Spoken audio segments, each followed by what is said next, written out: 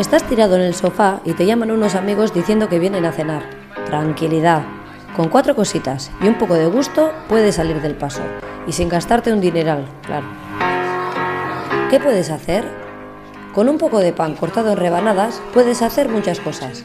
¿Qué tal untarlo con tomate y añadirle un poco de jamón a unos champiñones a otros, un poco de queso de cabra? Todo lo que se te ocurra sirve.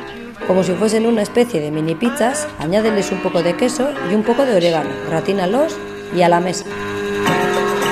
Si quieres darle un toque exótico, puedes preparar comida de otros países. Algo muy fácil y que gusta a todo el mundo, unos nachos mexicanos. Si los acompañas con diferentes salsas y los sirves en un plato vistoso, tienes el éxito asegurado. Y para dejar a tus invitados con un buen sabor de boca, ¿qué tal una mousse de limón? Es increíblemente fácil de hacer y suele gustar a todo el mundo. ¿Que cómo se hace? Pon en un recipiente una lata de leche condensada, 4 yogures, zumo de un limón, mézclalos bien y mételo en la nevera. ¿Te lo crees? Pruébalo y verás.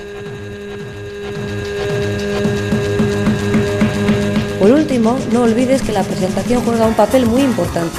La primera impresión cuenta, y mucho, así que trata de esmerarte. Para esta vez tienes el problema solucionado. La próxima vez, más y mejor.